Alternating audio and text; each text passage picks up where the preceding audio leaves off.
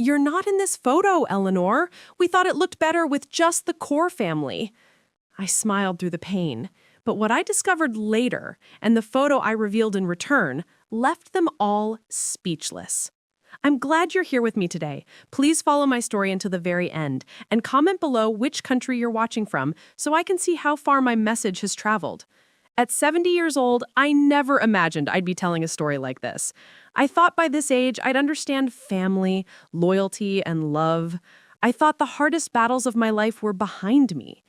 But standing in my son's living room on that crisp October afternoon in Millbrook Heights, staring at a family portrait that excluded me entirely, I realized I understood nothing at all. My name is Eleanor Whitfield, and this is the story of how my daughter-in-law tried to erase me from my own family and how I fought back in a way none of them saw coming. It started innocently enough, or so I thought. My son, Theodore, Theo, as we'd always called him, had married a woman named Sienna Ashcroft 3 years earlier. She came from what people in our town called new money. Her father had made a fortune in tech startups, and Sienna had grown up in a world of country clubs, private schools, and the kind of connections that opened doors before you even knocked. I'll be honest, I had reservations from the beginning. Not because Sienna was wealthy, money has never impressed me much, but because there was something calculated in the way she looked at people, like she was constantly assessing their value, determining whether they were worth her time and energy. But Theo loved her, or at least he seemed to. And as a mother, what could I do but support my son's choice? The first year of their marriage was pleasant enough. Sienna was polite, if distant. She called me Eleanor rather than Mom or any term of endearment, which stung a little, but I told myself it was just her personality. Some people take longer to warm up. Some people keep their emotional circles small and tightly controlled. My late husband, Richard, would have seen through her immediately. He'd always been a better judge of character than me. But Richard had passed away 5 years before Theo's wedding, taken suddenly by a heart attack at 68. His loss had devastated me, leaving a hole in my life that nothing seemed to fill. Theo was all I had left. My only child, my pride and joy, the little boy who used to climb into my lap and ask me to read him stories about knights and dragons. After Richard died, I'd thrown myself into being there for Theo. I helped him through his grief, supported his career as he built his architectural firm, celebrated every milestone and success. When he told me he was getting married, I was thrilled. I imagined grandchildren, family dinners, the kind of close-knit relationships I'd always dreamed of having as I grew older. But Sienna had other plans. The changes started small. Family dinners that used to happen every Sunday became every other Sunday, then once a month, then whenever schedules allowed. Sienna was always busy. Charity galas, fundraising events, tennis matches at the country club, spa weekends with her girlfriends. And slowly, imperceptibly, I found myself being edged out of my son's life. "Mom, we can't make it this weekend," Theo would say apologetically on the phone. "Sienna has this thing with her parents, and you know how important it is for her that we're there." Or, "Sorry, Mom, but Sienna's planning a dinner party, and she's really stressed about the preparations. Maybe next month." I told myself I was being oversensitive. Young couples needed time to build their own lives. I didn't want to be one of those mothers who clung too tightly, who made their children feel suffocated by expectations and demands. So I stepped back, gave them space, and waited patiently for the invitations that came less and less frequently. The real turning point came about 6 months ago. Theo called me on a Tuesday afternoon, his voice bright with excitement. "Mom, guess what? Sienna's pregnant. You're gonna be a grandmother." I cried with joy. This was everything I had been hoping for. A grandchild to spoil, to love, to watch grow up. This would bring us all closer together. This would make us a real family again. "Oh, Theo, that's wonderful," I said, my voice breaking with emotion. "I'm so happy for you both. When is she due?" "She's about 12 weeks along. We wanted to wait until the first trimester was over before telling people." Of course, of course. How is she feeling? Does she need anything? I could come over and... Actually, Mom, Sienna's pretty particular about her space right now. The pregnancy hormones are making her really sensitive. Maybe give it a few weeks before you visit? I swallowed my disappointment.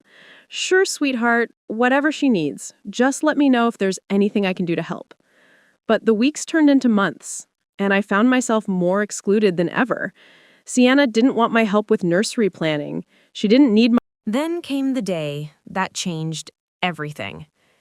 It was a Saturday in late September, and I'd driven to Theo and Sienna's house in the Riverside Estates, a gated community where every house looked like it belonged in an architecture magazine.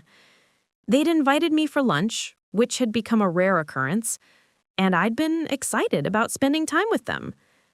Sienna was 7 months pregnant by then, her belly round and prominent beneath the designer maternity dress she wore. She looked beautiful, I had to admit, with that pregnancy glow everyone talks about.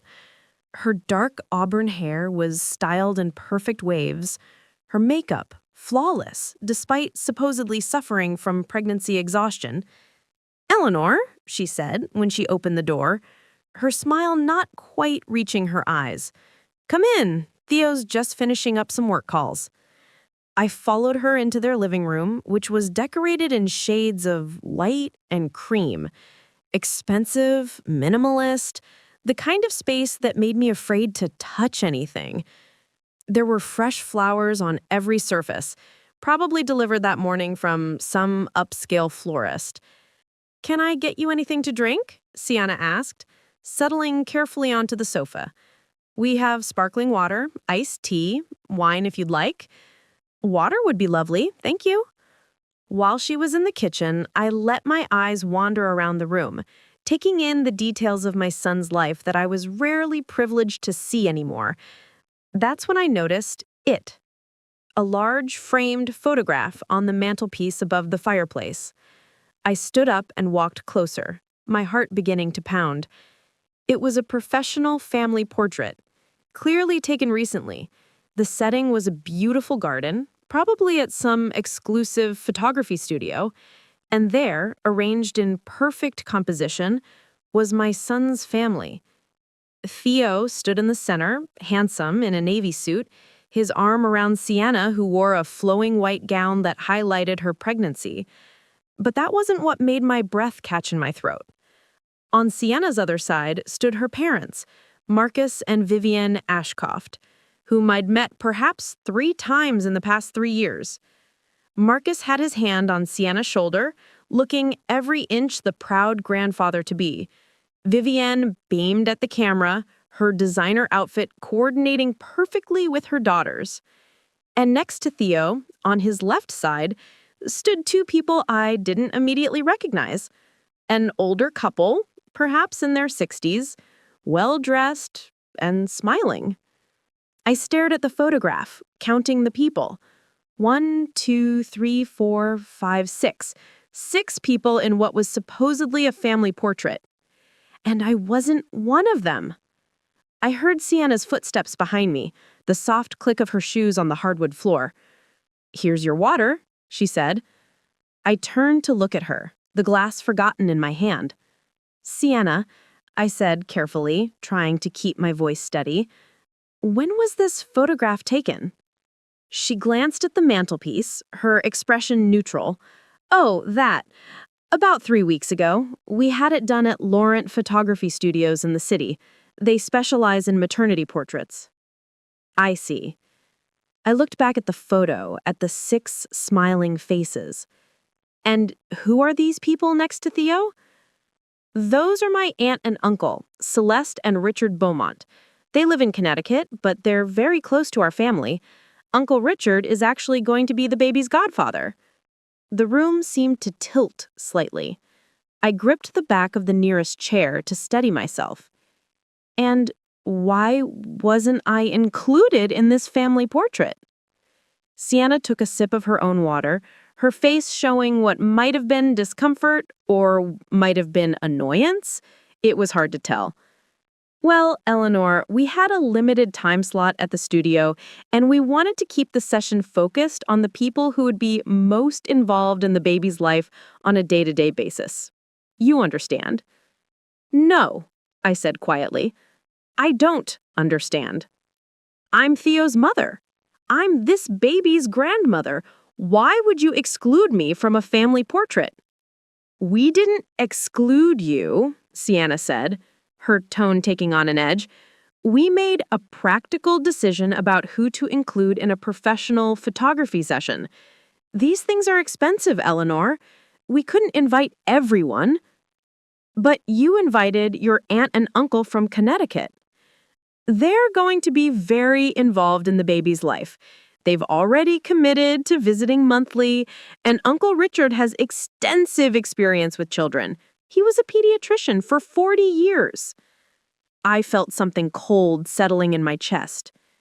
Are you saying I won't be involved in my grandchild's life?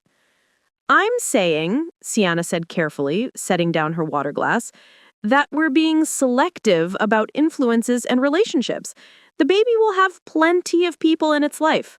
We don't want things to be overcrowded or confusing.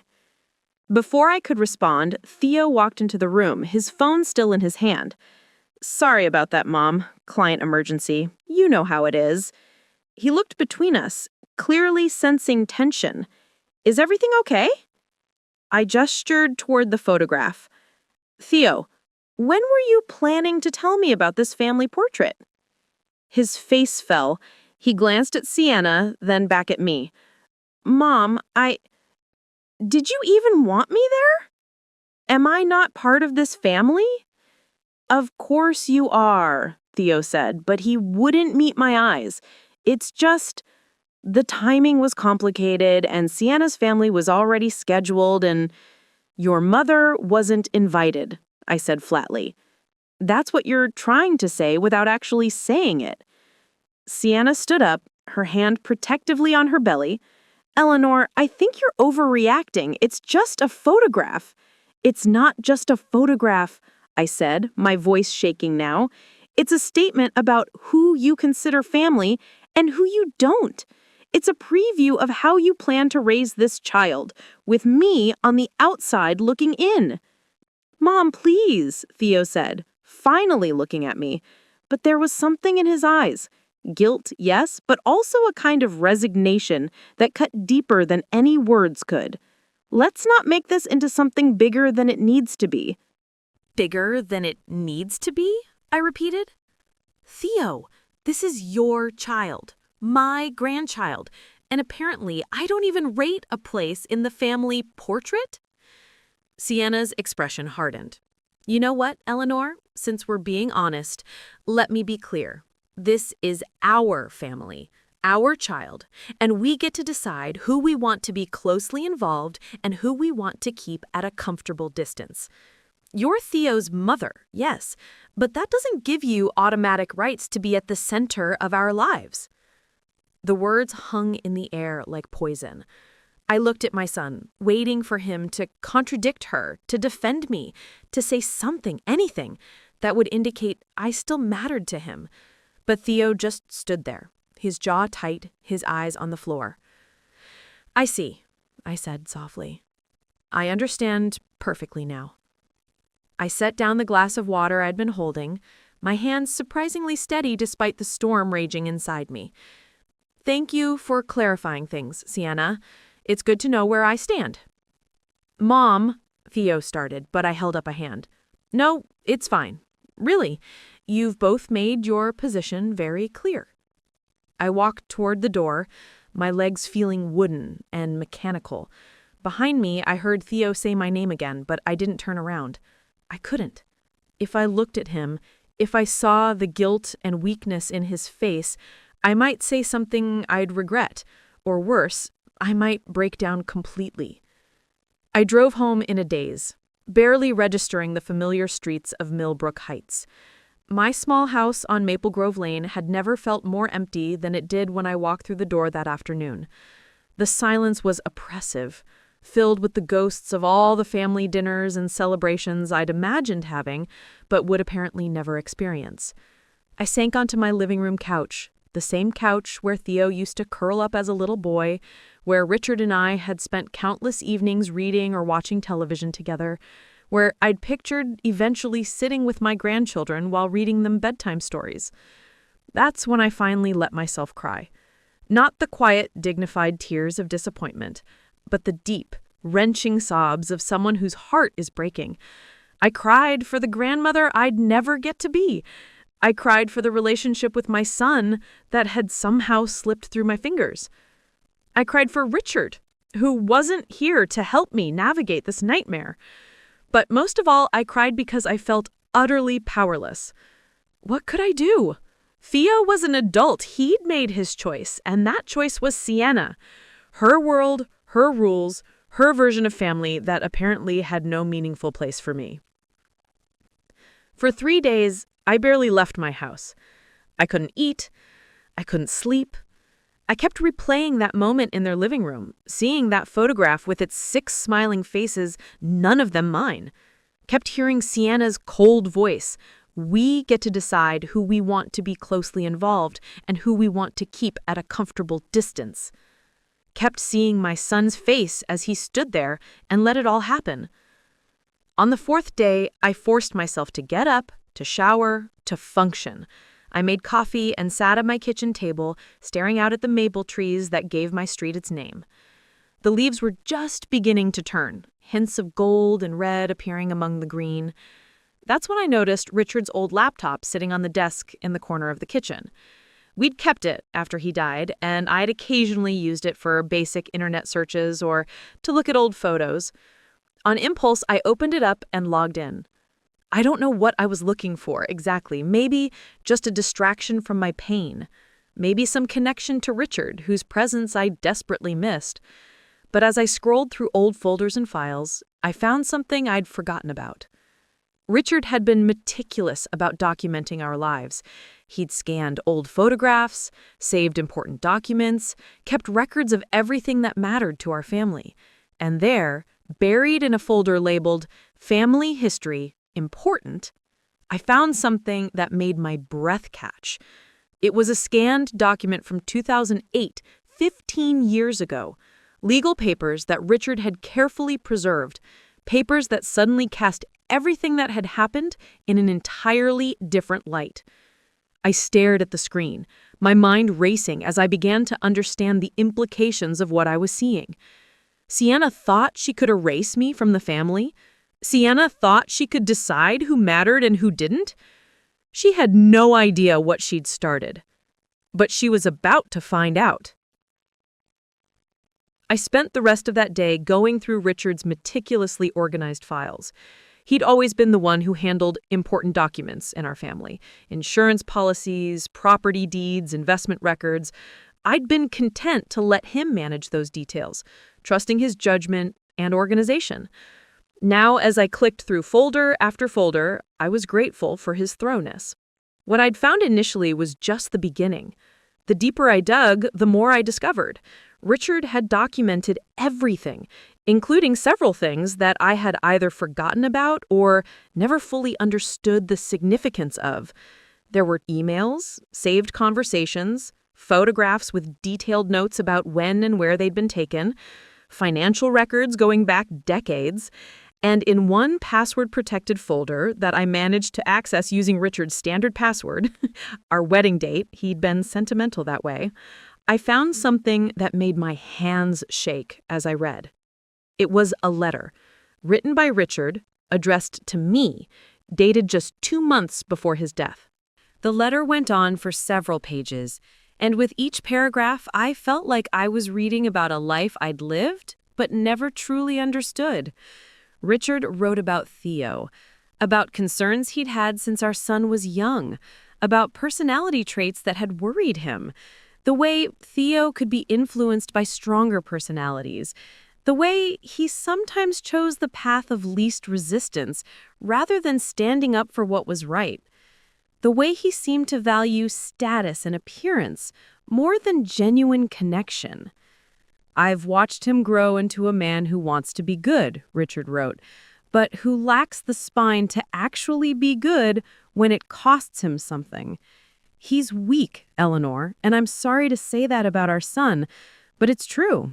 And I worry about what will happen to him and to you if he falls under the influence of someone who recognizes that weakness and knows how to exploit it. The letter continued, detailing observations and incidents I'd either missed or dismissed at the time. Times when Theo had disappointed his father, but I'd made excuses for him. Times when Richard had tried to have serious conversations with our son about character and integrity, only to be brushed off or ignored. I'm telling you this, Richard concluded, because I won't be there to protect you if things go badly. But you're stronger than you know, Eleanor. You've always been the strong one in this family, even if you didn't realize it. And if the time comes when you need to stand up for yourself, when you need to fight for your place in your own family, I want you to know that you have every right to do so. Don't let anyone, not even our son, make you feel like you don't matter. I sat back in my chair, tears streaming down my face. Richard had seen it coming. Somehow, he'd known that something like this might happen. But the letter wasn't the only thing in that password-protected folder. There were other documents. Legal documents. Documents that, as I read them, made me realize that I wasn't as powerless as I'd thought. The house that Theo and Sienna lived in, the beautiful showplace in Riverside Estates, had an intriguing history. Richard and I had helped them buy it. More accurately, we'd provided the down payment, $200,000 from our retirement savings, given as what we'd called a gift to help our son start his married life in a proper home. But Richard, ever cautious, had insisted on certain paperwork. He'd wanted to protect our investment, just in case. And Theo, at the time eager to accept our help and still somewhat under his father's influence, had signed documents that made the arrangement more complicated than a simple gift. The papers established that while Theo and Sienna owned the house, Richard and I retained certain rights. Financial rights, in the event that Theo's marriage ended, but also, and this was the part that made my heart race as I read it, certain rights regarding family access and grandparents' rights that would kick in upon the birth of any children. Richard had thought of everything. He'd protected me in ways I hadn't even known I needed protection. But there was more, much more. In another folder, I found property records for the land where Theo had built his architectural firm's office building. Land that, it turned out, Richard had purchased decades ago as an investment. Land that he'd later sold to Theo at well below market value, essentially giving our son the foundation for his business success.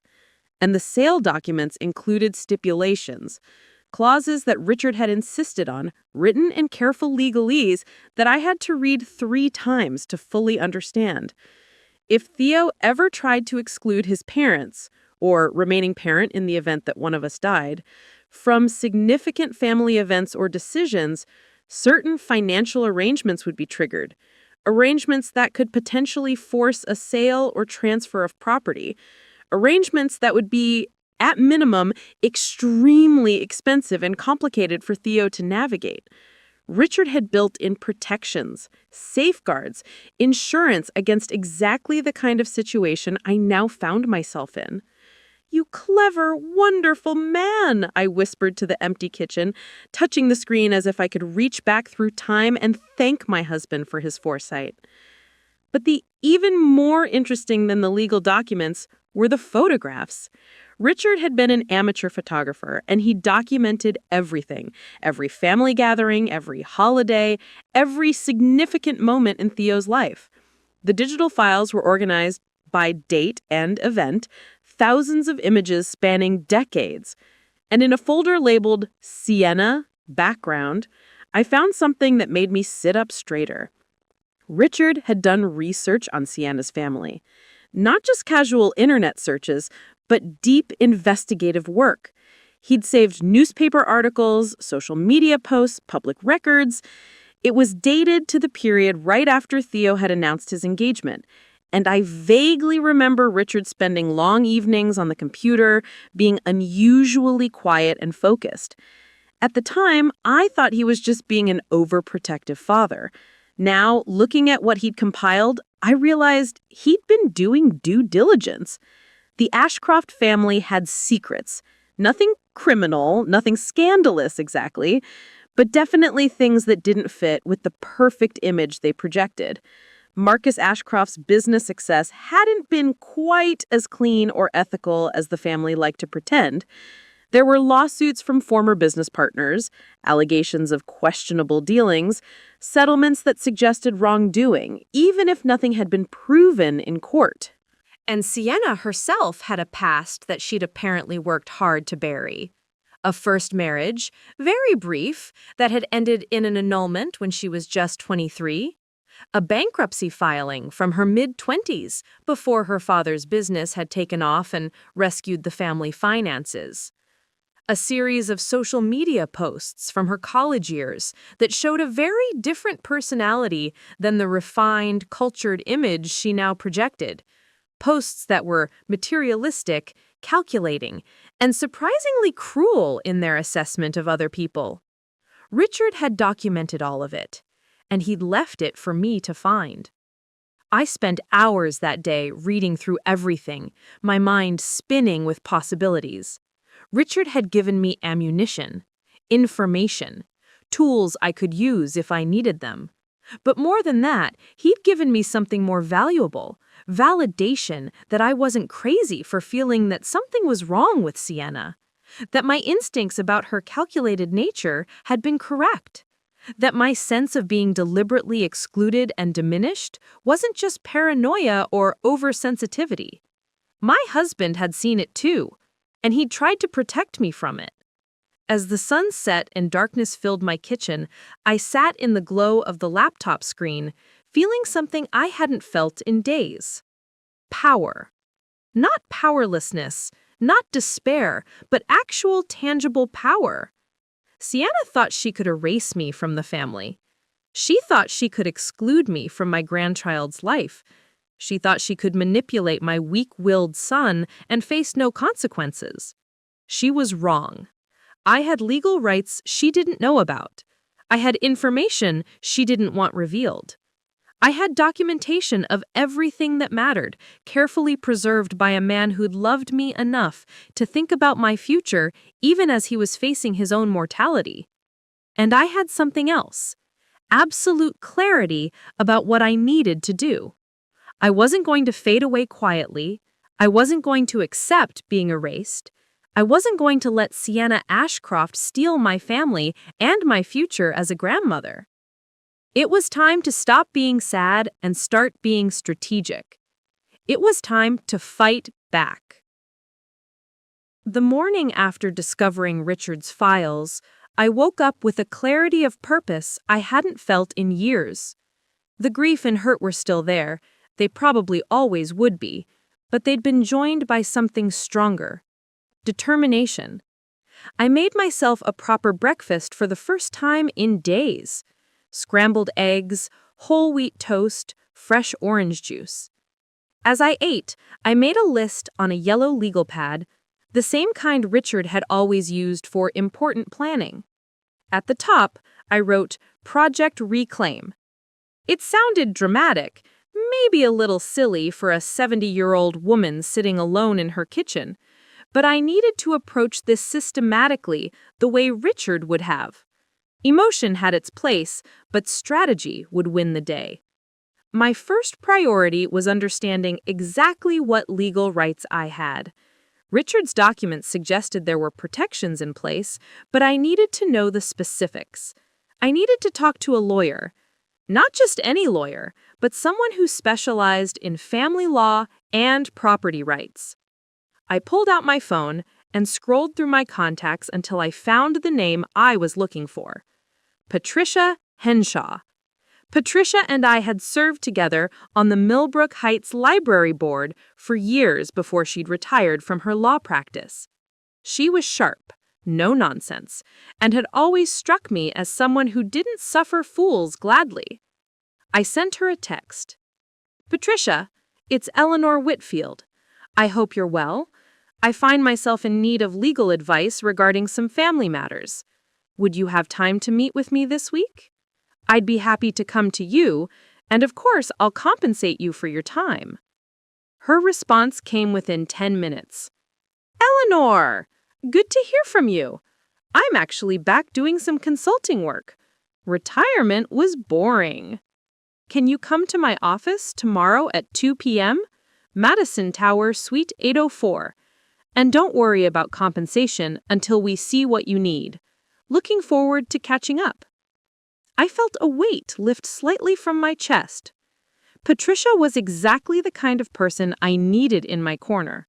Someone competent, experienced, and not easily intimidated. With that appointment secured, I turned my attention to the next item on my list, gathering more information about Sienna. Richard had done extensive research, but that had been 3 years ago before she'd married into our family. What had she been up to since then? I wasn't particularly skilled with social media. Facebook was about as far as my knowledge extended. But I understood the basics. People shared their lives online, often more than they probably should. And while Sienna's main accounts were set to private, there were ways to see what someone was up to if you knew where to look. I started with the basics. Sienna's public Facebook profile showed the carefully curated image she wanted the world to see. Charity fundraisers, country club events, artistic photos of her growing baby bump, and countless pictures of her and Theo looking blissfully happy. Everything was filtered, posed, perfect. But I remembered something from my occasional forays into social media. People often forgot about their old accounts. Platforms they'd used before Facebook became dominant. Digital footprints they'd left behind and forgotten about. I opened Google and typed in Sienna's maiden name, Sienna Ashcroft. Then I started adding terms: blog, LiveJournal, MySpace, college, sorority. It took almost an hour of searching, following dead ends and clicking through pages of results. But finally, I found something. A blog post from 2009, archived on an old lifestyle website that apparently still existed in some dusty corner of the internet. The post was titled, "How to Marry Rich, a Practical Guide from Someone Who Knows," and it was written by someone using the name Sienna Style 09. I clicked on the username and found a whole archive of posts. Most were typical early 20s content, complaints about jobs, photos from parties, relationship drama. But scattered among them were posts that made my blood run cold. "The key to landing a wealthy husband," one post read, "is understanding that love is secondary to strategy. You need to position yourself in the right circles, develop the right image, and be patient. Don't go for the flashy, arrogant rich guys. They're too smart and too experienced. Go for the ones with money who are a little insecure, a little eager to please. They're much easier to manage." Another post, dated about 8 months later, "Update on the project. Found a promising candidate at the art gallery fundraiser. Architect, family money, recently lost his father, so he's vulnerable and looking for comfort. Too perfect. We'll report back." I felt sick. The timeline matched. Richard had died in early 2018. Theo had met Sienna in late 2018 at an art gallery fundraiser. She'd literally described my son as a project and a promising candidate because he was grieving and vulnerable. I took screenshots of everything, my hands shaking with anger. But I forced myself to keep looking, keep documenting. Emotion wouldn't help me now. Evidence would. The blog posts continued, becoming less frequent as Sienna Style 09 apparently got busier with her project. But there were enough entries to paint a disturbing picture of a woman who viewed marriage as a business transaction and love as a tool of manipulation. "He introduced me to his mother today," one post from early 2019 read. "She's exactly the type I expected. Middle-class, provincial, a little desperate to be relevant in her son's life. She'll be easy to manage once we're married. The key is making her feel included at first, then gradually establishing boundaries until she understands her place." I had to step away from the computer. I walked to the bathroom and splashed cold water on my face, staring at my reflection in the mirror. My face looked older than I remembered, with lines of grief and stress that hadn't been there a year ago. She planned this, I whispered to my reflection. From the very beginning, she planned all of it. It wasn't just cruelty or thoughtlessness. Sienna had deliberately targeted my son, deliberately manipulated him during his most vulnerable time, and deliberately planned to exclude me from the family. It was calculated, strategic, and absolutely heartless. But now I knew, and knowledge was power. I spent the rest of that day documenting everything I could find. I discovered that Sienna Style '09 had been active on multiple platforms, leaving a trail of posts that revealed her true personality and intentions. I found photos from her first brief marriage to a man 15 years older than her, someone who appeared to be wealthy based on the cars and houses in the background of their photos. That marriage had lasted less than a year before ending in an annulment. I found court records of the bankruptcy filing Richard had mentioned, showing that Sienna had lived well beyond her means in her early 20s, racking up credit card debt for designer clothes and luxury items before her father's business success had bailed her out. I found old social media posts where she'd mocked people for being poor or low class, where she'd bragged about manipulating men into buying her expensive gifts, where she discussed her friends' relationships in cold, calculating terms, rating their boyfriends based on earning potential and family connections. And I found one more thing that made me pause. Photos from a party in 2020, just months before she and Theo had gotten engaged. In these photos, Sienna was with a group of friends at what looked like an upscale restaurant. And in several of the shots, she was sitting very close to a man who was definitely not my son. The photos were tagged with a location, the Bellamy House, an exclusive restaurant in the city, and a date. I cross-referenced that date with Theo's social media and found posts showing that he'd been out of town that weekend for an architecture conference. The man in the photos with Sienna was handsome, well-dressed, and clearly comfortable in expensive surroundings.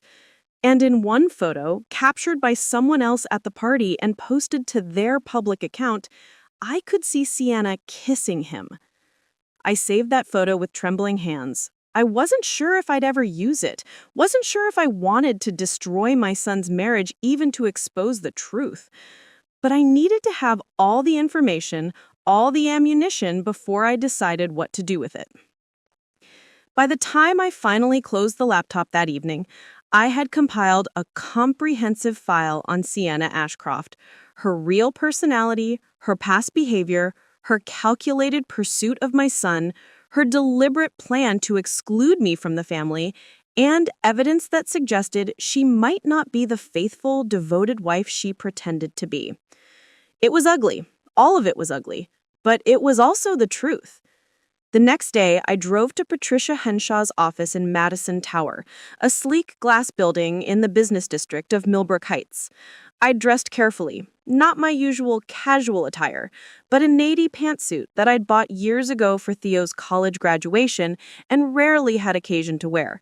I wanted to look serious, competent, like someone who meant business. Patricia's office was on the 8th floor, a corner suite with windows overlooking the town square. She met me at the door herself, looking much the same as I remembered. Tall, silver-haired, with sharp gray eyes that seemed to see right through any pretense. "Eleanor," she said warmly, pulling me into a brief hug. "It's been too long. Come in, sit down. Can I get you coffee, tea?" "Coffee would be wonderful. Thank you." While she prepared our drinks from a small bar in the corner of her office, I looked around. The space was professional but warm, with law books lining one wall and family photos on her desk. Patricia had 3 grown daughters, I remembered, all successful in their own right.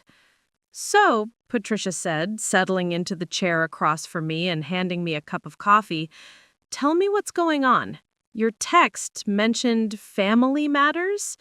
I took a sip of coffee, gathering my thoughts. Then I told her everything. The exclusion from family events, the missing invitation to the family portrait, Sienna's cold dismissal of my place in the family, my discovery of Richard's protective documents, and my growing concern about being shut out of my grandchild's life. Patricia listened without interrupting, occasionally making notes on a legal pad. When I finished, she sat back and studied me for a moment. First, she said, "I'm sorry you're going through this. It's painful when family relationships break down, especially when a child is involved." She paused. "But second, I'm glad you came to me because you actually have more legal standing than you might think." She opened a drawer and pulled out a folder. "After you texted yesterday, I did some preliminary research. I pulled the property records for your son's house and business property just to see what we're working with. Your husband was very thorough, Eleanor, almost unusually so. He was always careful about protecting our family," I said. "He was more than careful. He was strategic." Patricia opened the folder and showed me several documents. The house first. You and Richard provided $200,000 for the down payment, which represented about 40% of the purchase price at the time. Your husband structured it as an interest-free loan rather than a gift, with repayment terms that could be triggered under certain circumstances. What circumstances? Several, but the most relevant one is this. If the borrowers, in this case Theodore and Sienna, take actions that deliberately exclude or diminish the role of the lenders in significant family relationships, particularly involving grandchildren, the loan becomes immediately due and payable in full with interest calculated from the original loan date. I stared at her. Richard put that in writing? He did, and both Theodore and Sienna signed it.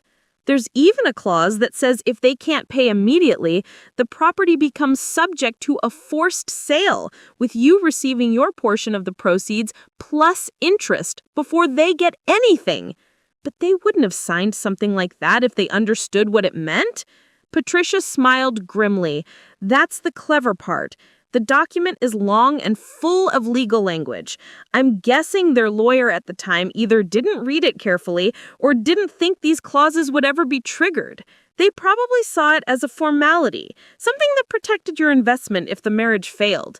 They wouldn't have anticipated it being used the way your husband actually structured it. She turned to another document. Now, the business property, that's even more interesting. Your husband sold the land to Theodore at about 60% of market value, essentially a gift of several $100,000 in equity. But the deed includes a reversionary clause. What does that mean? It means that if certain conditions aren't met, ownership of the property reverts back to Richard's estate, which means to you. And guess what triggers that reversion? I could barely breathe. The same thing? Exclusion from family relationships? Exactly. And there's more. Your husband also built in grandparents' rights provisions that go beyond what state law typically provides. If you're denied reasonable access to your grandchild, you have standing to petition the court not just for visitation rights, but for enforcement of these financial agreements. Patricia leaned forward, her expression serious.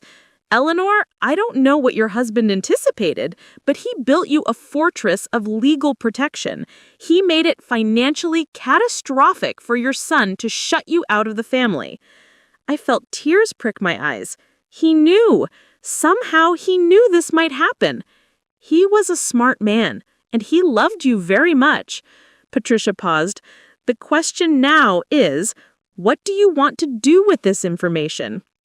I thought about Sienna's cold voice. We get to decide who we want to be closely involved and who we want to keep at a comfortable distance. I thought about that family portrait with 6 smiling faces, none of them mine. I thought about my son standing silently by while his wife dismissed me.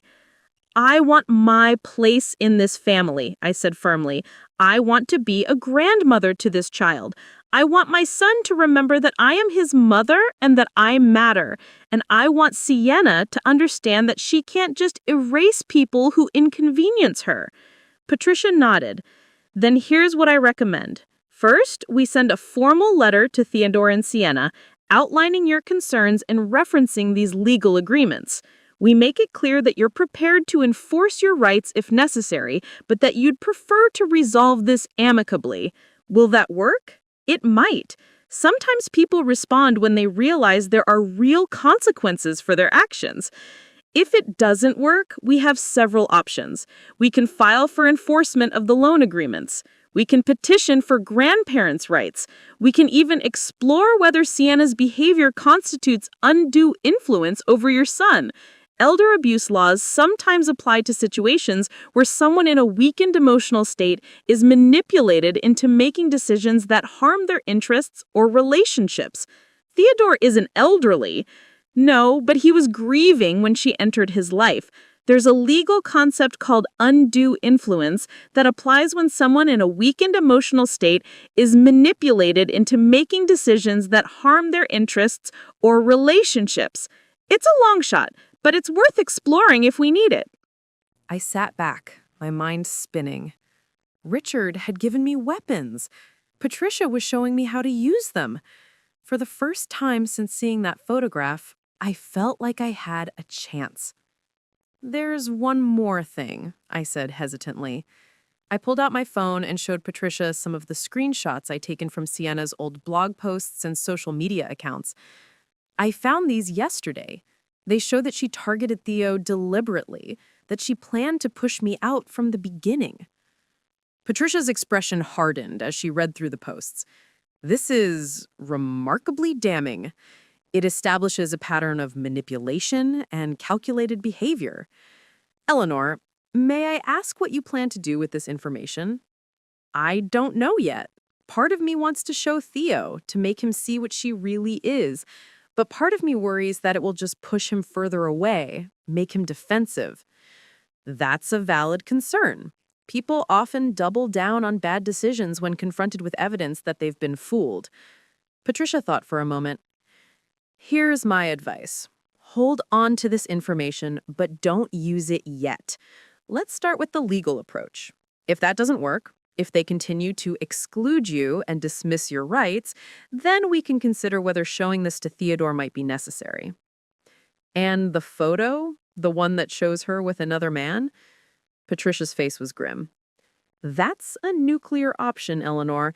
It would destroy their marriage, and while that might be justified given how she's treating you, it would also devastate your son. Use it only if you have no other choice." I nodded slowly. She was right. I didn't want to destroy Theo's marriage out of spite or revenge. I wanted to reclaim my place in my family.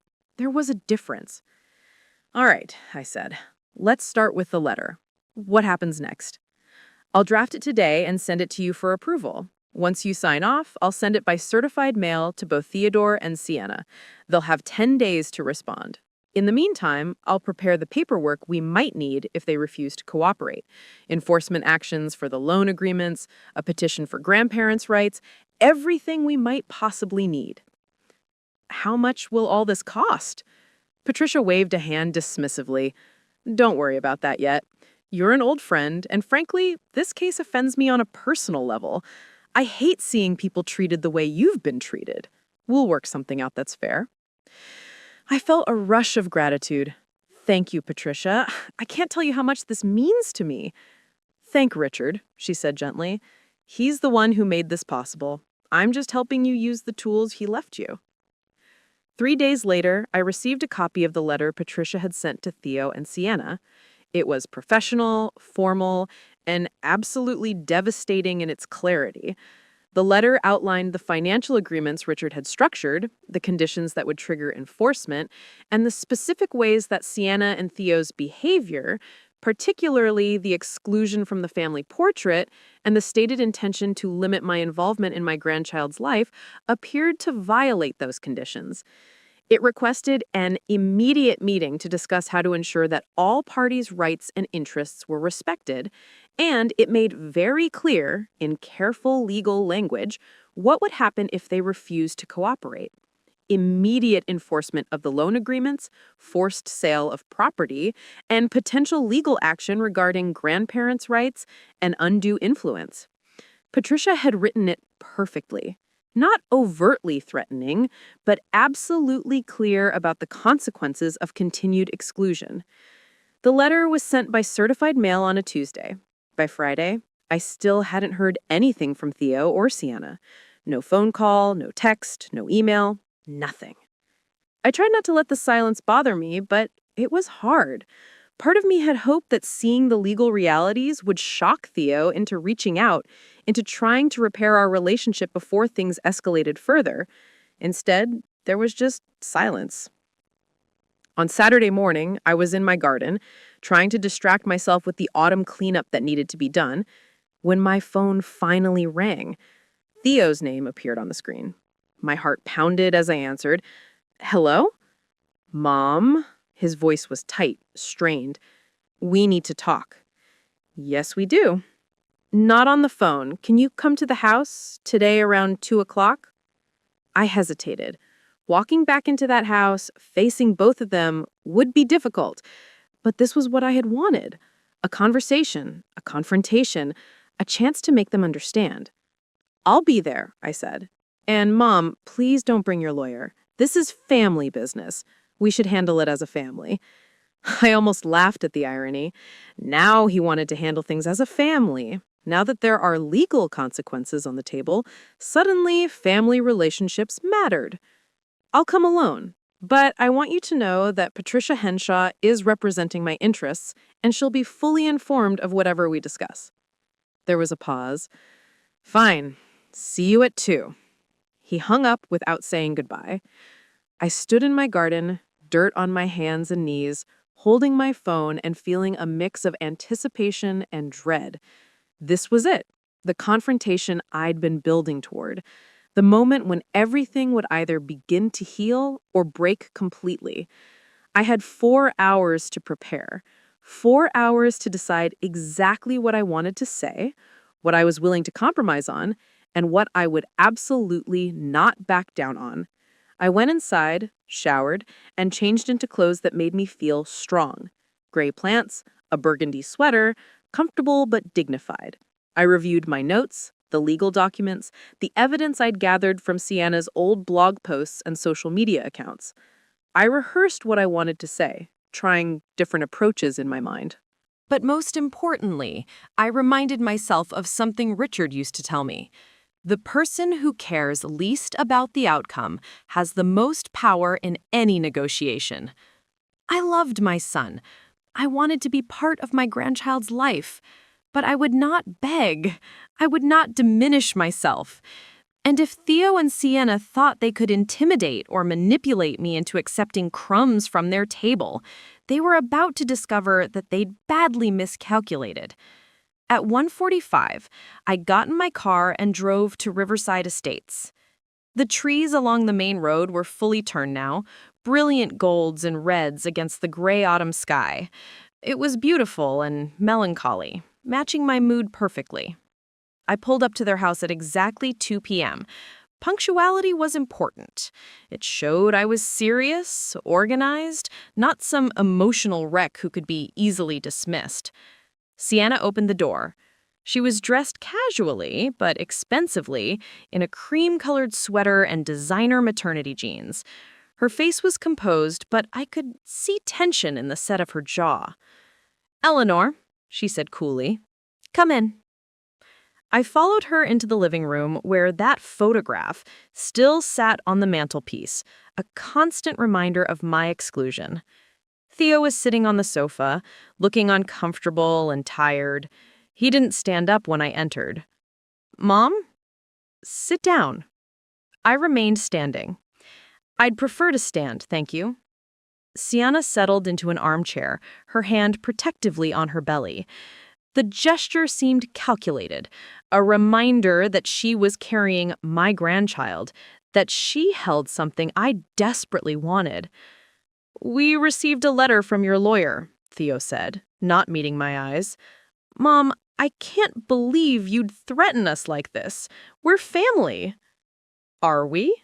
I asked quietly, because from where I'm standing, family includes each other in important moments. Family doesn't deliberately exclude people from photographs and decisions. You're being dramatic, Sienna said. It was one photograph. It wasn't one photograph. It was a statement about how you view me and what role you've decided I'll play in this child's life. I turned to my son. Theo, when did you sign those documents about the house and the business property? He shifted uncomfortably. When Dad and I finalized the transactions, but Mom, those were just formalities. Nobody thought they'd actually matter. Nobody thought there would be consequences for breaking the agreements you signed. I kept my voice level, calm. Your father thought about it. He structured those agreements specifically to protect me from exactly this situation. This is absurd, Sienna interjected. You can't seriously expect us to give up our house because you're upset about not being in a photograph. The photograph is a symptom, Sienna. The disease is your systematic effort to erase me from this family. I finally sat down, facing them both.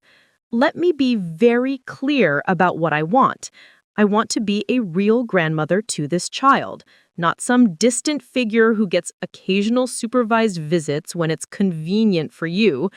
I want to be included in family decisions, family gatherings, family photographs. I want to be treated with respect in my son's life.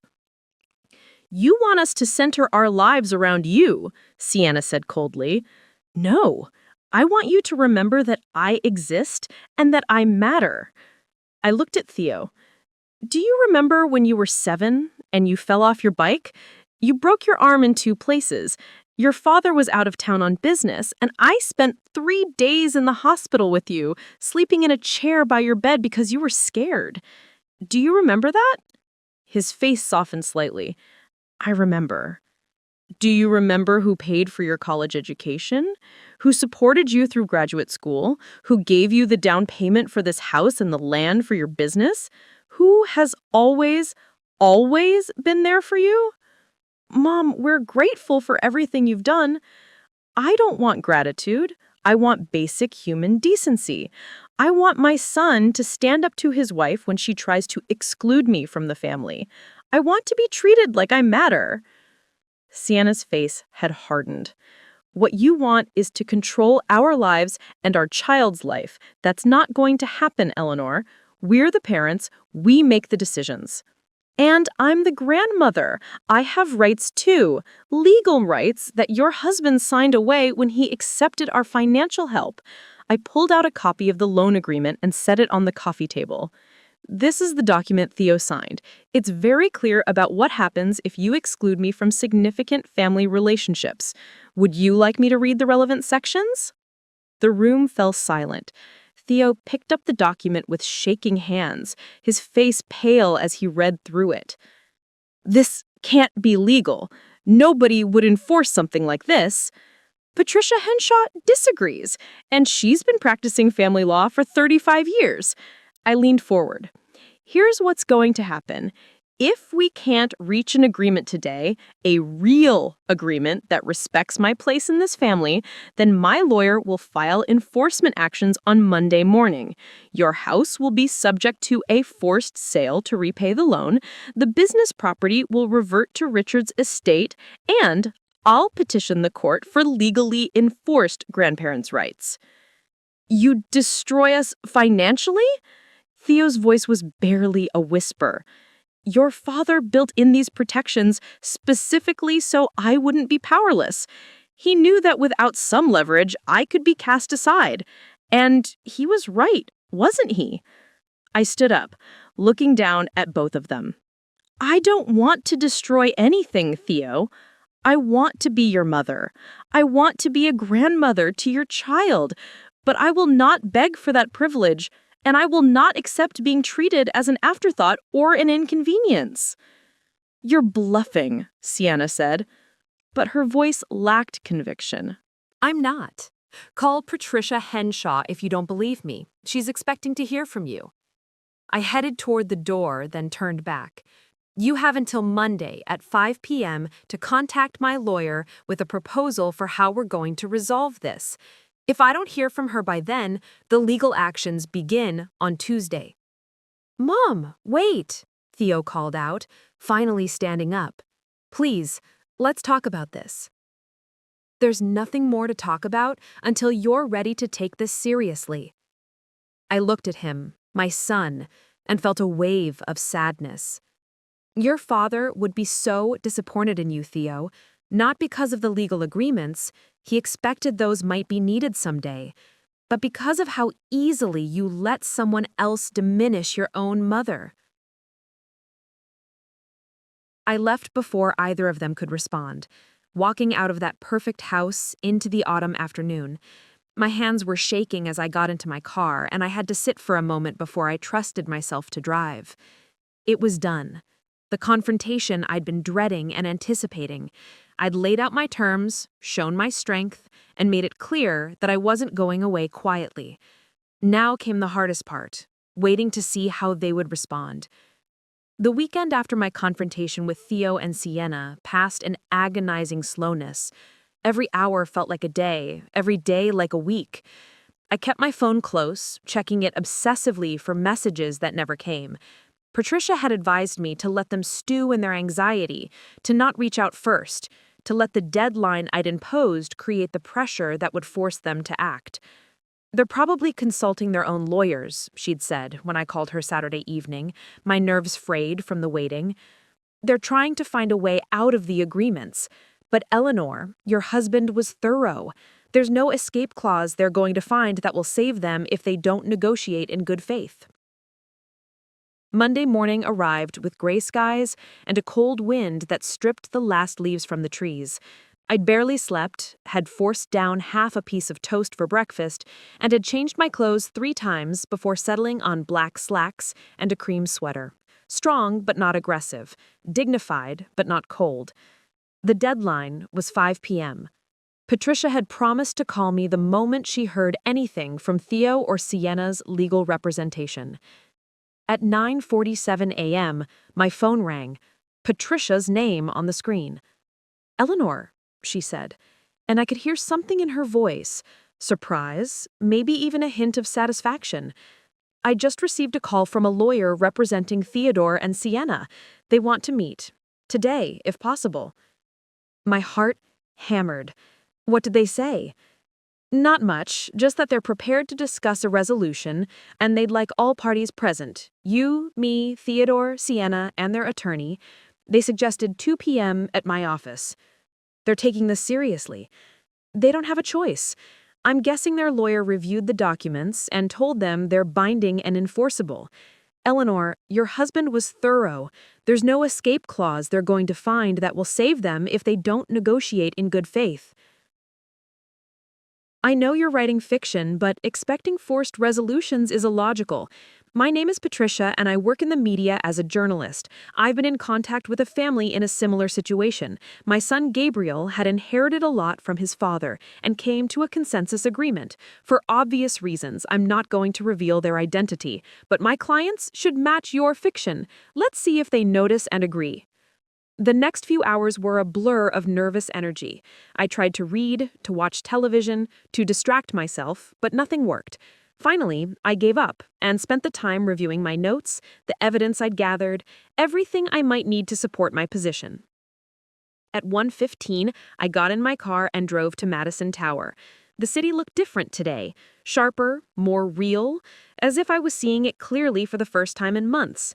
Or maybe I was just more present, more focused, because this meeting would determine everything. Patricia met me at her office door, her expression professional but warm. "Ready?" "As I'll ever be." We spent 20 minutes going over the key points, what I would accept, what I absolutely wouldn't compromise on, how to respond if they tried various negotiating tactics. Patricia was thorough, methodical, treating this with the same seriousness she would any high-stakes legal negotiation. "Remember," she said, as we heard voices in the hallway outside her office, "you have the stronger position. They need something from you, specifically for you not to enforce these agreements. You don't need anything from them except what they should have been giving you all along: respect and inclusion.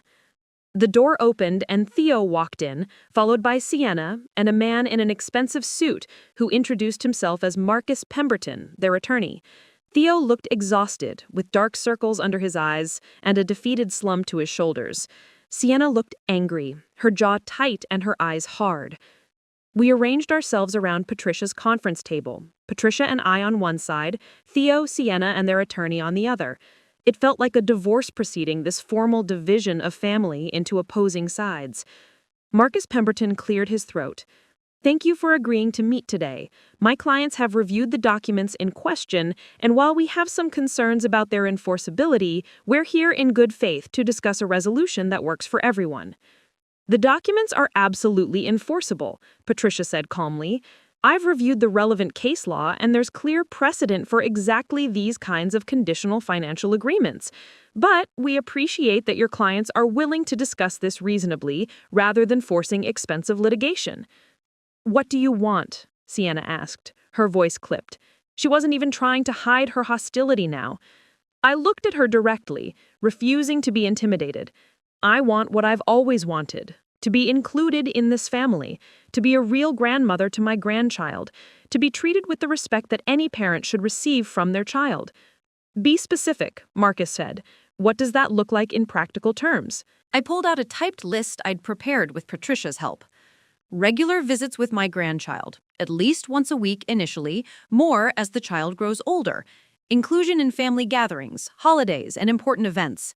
The ability to have my grandchild visit my home without supervision once they're old enough. Being informed about and included in major decisions regarding the child's welfare, education, and upbringing. And I want a new family portrait taken, one that includes me. That's unreasonable, Sienna said immediately.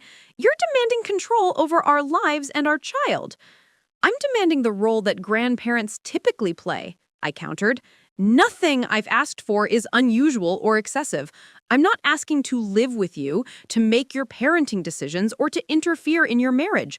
I'm asking for what millions of grandparents have: a meaningful relationship with their grandchildren. Theo spoke for the first time, his voice quiet. Mom, we're not trying to keep you away from the baby. We just want to make sure that the child's primary relationships are with us, the parents. No one is disputing that you're the parents, Theo, but healthy families include extended relationships. Children benefit from having grandparents who love them, unless you think I'd be a harmful influence. Of course not, he said quickly. Then why have you been working so hard to exclude me? Silence fell over the room. Theo looked at his hands. Sienna's face remained hard and unyielding. Marcus cleared his throat again. Mrs. Whitfield, my clients are willing to agree to reasonable visitation arrangements, but your demands regarding inclusion in decision-making and this insistence on a new family portrait seem designed more to punish than to resolve the situation. The portrait is symbolic, Patricia interjected. It represents Mrs. Whitfield's restored place in the family, and the decision-making provision is standard in grandparents' rights cases. Being informed and consulted doesn't mean having veto power. It just means being treated like family. We need to discuss this privately, Marcus said, glancing at his clients. Of course, Patricia agreed. We'll step out. Take your time. Patricia and I left her office and walked down the hall to a small break room. I poured myself water with shaking hands. You're doing great, Patricia said. They're on the defensive. They know they don't have a strong position. Sienna hates me, I said quietly. I can see it in her eyes. Even if we reach an agreement today, she's going to make this difficult at every turn. Probably, but that's where the legal agreement comes in. Once we have terms in writing, she can't arbitrarily cut you off without facing consequences. We waited for 30 minutes before Marcus came to get us. When we returned to the conference room, I could tell immediately that something had shifted. Theo looked even more defeated, and Sienna's face was flushed with what might have been anger or might have been tears she'd refused to let fall. My clients are prepared to make an offer, Marcus said. They agree to weekly supervised visits once the child is born, increasing to unsupervised visits after the first year. They agree to include Mrs. Whitfield in major family gatherings, Thanksgiving, Christmas, birthday celebrations. They agree to inform her of significant decisions regarding the child's welfare, education, and upbringing. And they're willing to have a new family portrait taken, one that includes her. It was almost everything I'd asked for. Almost. What about the supervision? Why do the first-year visits need to be supervised? Sienna spoke up, her voice tight. Because we need to establish routines with the baby first. We need to make sure everything is stable before introducing too many variables. I'm not a variable, Sienna. I'm the child's grandmother. You're also someone who's proven you're willing to use legal threats to get what you want. How do we know you won't try to undermine our parenting or turn our child against us? I felt anger flash through me. How dare you? I have never, in my entire life, tried to turn anyone against anyone else. I've supported this marriage even when I had doubts about it. I've kept my mouth shut when I saw things that concerned me. I've been nothing but respectful and accommodating. Until you decided to threaten us with financial ruin, I defended myself when you tried to erase me from the family. My voice rose despite my efforts to stay calm. You excluded me from that portrait deliberately. You told me to my face that I didn't matter, that I wasn't part of the core family. What was I supposed to do? Just accept being pushed aside? Ladies, Marcus interjected, but I wasn't done. No, let's address this directly. I turned to face her fully. You've treated me like an inconvenience from the day you married my son. You have systematically worked to exclude me from his life, to make me feel small and irrelevant. And now you're surprised that I'm fighting back? You want to know why I've kept you at a distance? Sienna's composure finally cracked. Because you're exactly the kind of mother-in-law every woman fears. You think Theo belongs to you. You think you have a right to be at the center of his life forever. You can't accept that he's moved on, that he has a new family now. A new family that doesn't include his mother? A new family where I'm the priority. Sienna stood up, her hand on her belly. I'm his wife. This is his child, not yours. And I won't have you constantly hovering, constantly judging, constantly reminding him of how much you sacrificed and how much you owe you. The room fell completely silent. Theo had gone pale, staring at his wife like he'd never seen her before. Is that what you think I do? I asked quietly. Remind him of what he owes me? Sienna seemed to realize she'd gone too far. She sat back down, but the damage was done. The truth she'd been hiding behind polite excuses was now out in the open. Mrs. Morrison, Patricia said, her voice like ice, I think we need to clarify something. Mrs. Whitfield isn't trying to replace you as Theodore's priority. She's trying to maintain the parent-child relationship that's existed for his entire life. The fact that you see those two things as incompatible says more about you than it does about her. I think we should take another break, Marcus said hastily. This is getting too emotional. No, Theo said suddenly. Everyone turned to look at him. No more breaks. I have something to say.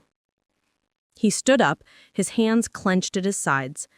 Sienna, what you just said, that's not fair.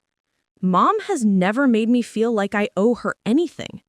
She's never tried to compete with you. She's just wanted to be part of our lives, and I've shut her out because you said it was better that way. Theo, Sienna started, but he held up a hand. I watched you exclude her from that portrait. I watched you tell her she wasn't part of the core family. I stood there and said nothing because I didn't want to fight with you, because I didn't want to upset you during the pregnancy. But Mom was right. Dad would be ashamed of me. Tears were running down his face now. She spent 3 days in the hospital with me when I broke my arm. She worked 2 jobs to pay for my college education. She gave us the down payment for this house, even though it meant dipping into her retirement savings. And how have I repaid her? By letting you push her out of our lives. Theodore, Marcus said, warningly, you should really discuss this with your wife privately before.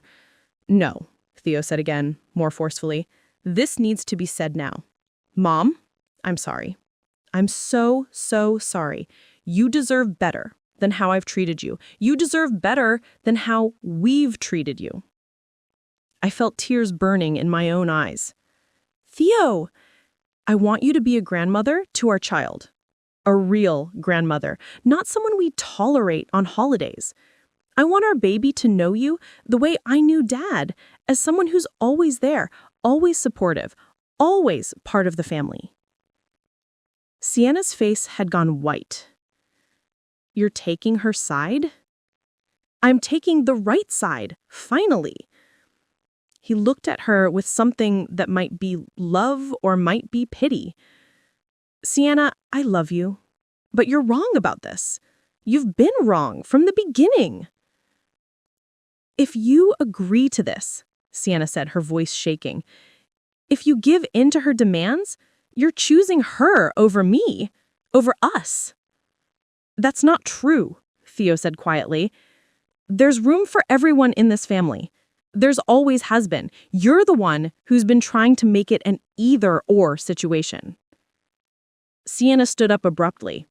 I need air. She left the room, her heels clicking sharply on the floor. Marcus looked uncomfortable. Perhaps we should adjourn until my clients have had time to... No, Theo said. We're going to settle this today. Mom, I accept your terms. All of them. Weekly visits, inclusion in family gatherings, consultation on major decisions, a new family portrait, everything. And no supervision requirements. You're my mother. You're going to be an amazing grandmother. I trust you completely. Theodore, you can't make these decisions without your wife's agreement, Marcus said. I'm the one who signed those documents with my father. I'm the one who's responsible for honoring them. Sienna can be part of this agreement or not, but either way, Mom's going to be in our lives and in our child's life. I couldn't hold back my tears anymore. I stood up and walked around the table, and Theo met me halfway, pulling me into a hug like he hadn't done since he was a teenager. I'm sorry, Mom. I'm so sorry. You deserve better than how I've treated you. You deserve better than how we've treated you. I know, sweetheart, I know. Patricia cleared her throat. Mr. Morrison, if you're serious about this, we should get everything in writing today. A formal agreement that protects everyone's interests and ensures that these issues don't resurface. Yes, Theo said, pulling back from our embrace. Let's do it right now. Marcus looked uncertain. I really should consult with Mrs. Morrison before... Then go consult with her. Tell her that this is happening with or without her cooperation. Tell her that I love her, but I won't let her destroy my relationship with my mother. Marcus left the room, presumably to find Sienna. Patricia immediately began drafting an agreement on her laptop, asking Theo about specifics and making sure every detail was covered. I sat back down, feeling emotionally drained, but also lighter than I had in months. Whatever happened next with Sienna, I'd gotten my son back. That was what mattered most. 20 minutes later, Marcus returned alone. Mrs. Morrison is, upset, but she understands that Mr. Morrison is determined to proceed. She's agreed to the terms under protest. Under protest? Theo's jaw tightened. What does that mean? It means she's not happy about it, but she won't stand in the way. She's gone home. She asked me to handle the rest of the meeting without her. Over the next hour, we hammered out a detailed agreement. Weekly visits that would start 2 weeks after the baby was born. My inclusion in all major family gatherings. A commitment to consult me on significant decisions affecting the child's welfare, education, and upbringing. And a promise to schedule a new family portrait within 3 months of the baby's birth. In exchange, I agreed not to enforce the loan agreements as long as the terms of our new agreement were honored. The property arrangements would remain as they were, but the threat of enforcement would be suspended pending compliance with the grandparents' rights provisions. It was everything I'd hoped for, and more than I'd expected to achieve so quickly. As we were finalizing the details, I made a decision. I pulled out my phone and showed Patricia something I'd saved there. The photo of Sienna with another man, the one from the party in 2020. "What's this?" she asked quietly. "Evidence that might be relevant to Theo's marriage," I whispered. "But I don't think I'm going to use it." "Why not?" "Because destroying his marriage won't help me build a relationship with my grandchild. It will just create more pain and chaos. And besides, I got what I came for. My place in this family. The rest is between Theo and Sienna." Patricia looked at me with respect. "That's very wise, Eleanor." I deleted the photo right there, in front of her. Some weapons were too destructive to keep, even as insurance. The agreement was signed at 5:47 p.m. Theo and I left the office together, walking out into the chilly evening air. "Where's Sienna?" I asked. She texted that she took an Uber home. She didn't want to wait. He sighed deeply. "This is going to be a rough few weeks. I'm sorry for causing trouble in your marriage." "You didn't cause it, Mom. These problems were already there. You just forced us to confront them." He stopped walking and turned to face me. "Can I ask you something?" "Of course." "Did Dad know about Sienna? About how she'd treat you?" I thought about Richard's letter, about his warnings and his protections. He suspected. He saw things in her personality that worried him. That's why he structured those agreements the way he did. "He was trying to protect you." "He was trying to protect both of us. He knew you loved her, and he didn't want to interfere with that. But he also knew that love can sometimes make us blind to things we should see." Theo was quiet for a long moment. "I think I've been blind to a lot of things." "Maybe. But you opened your eyes today when it mattered. That's what counts." We stood there in the parking lot, the evening shadows lengthening around us, and I felt something I hadn't felt in months. Hope. 3 months later, I stood in Laurent Photography Studios, the same place where that original family portrait was taken, holding my 2-week-old granddaughter, Lily Whitfield Morrison. She was perfect. 10 tiny fingers, 10 tiny toes, a cap of dark hair, and eyes that seemed to look right into your soul, even though I knew she couldn't really focus yet. I'd been there for her birth, standing beside Theo in the delivery room after Sienna had grudgingly agreed that he could have one support person present besides her.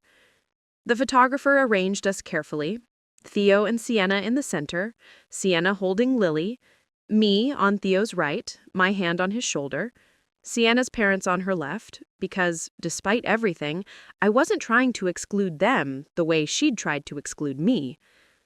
"Everyone smile," the photographer called out. I smiled, and it was genuine. This photo would hang in my living room, proof that I existed, that I mattered, that I was part of this family. Things with Sienna hadn't become easy. They probably never would be. She was coldly polite during my visits, clearly resentful of the agreement we'd reached, but she honored it because she knew the alternative was worse. And Theo, he was trying. He called me twice a week now. He brought Lily to visit my house without being asked. He included me in decisions about her care, her schedule, her future. His marriage was strained. I could see it in the way he and Sienna interacted, or rather didn't interact. They were polite strangers sharing a house and a child. I didn't know if they'd survive it. And honestly, I wasn't sure I cared anymore. My priority was my granddaughter and my restored relationship with my son. After the photography session ended and we'd said our goodbyes, I drove home to my little house on Maple Grove Lane. The evening sun was setting, painting the sky in shades of gold and pink. I pulled into my driveway and sat there for a moment, just breathing, just being. Richard would have been proud. He'd protected me even after death, given me the tools I needed to fight for my place in the family. His love had been the foundation that everything else was built on. I did it, I whispered to his memory. I fought for us, and I won.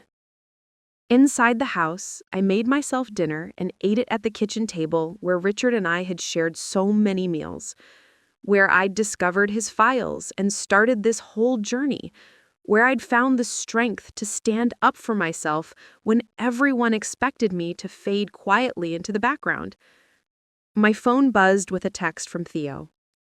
"Thanks for being patient with us today, Mom. Lily loved being held by her grandma. See you Friday for dinner at your place?" I smiled and typed back, "I can't wait. I love you."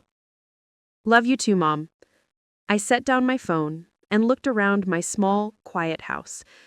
It wasn't the big family compound I had once imagined.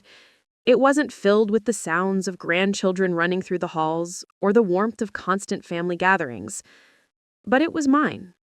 And I was in it by choice, not because I'd been forgotten or pushed aside, but because this was my space, my sanctuary, my home. And every Friday, my family would come here, to this table, to these rooms, to this life I'd built and defended. Sienna had tried to erase me from the family photo, tried to make me disappear as if I'd never mattered at all. But I'd revealed something she didn't expect, that I was stronger than she knew, that I had resources she hadn't anticipated, and that love, real love, the kind that builds legal protections and fights for justice, doesn't just fade away because someone finds it inconvenient. I was Eleanor Whitfield, mother, grandmother, survivor, and I wasn't going anywhere.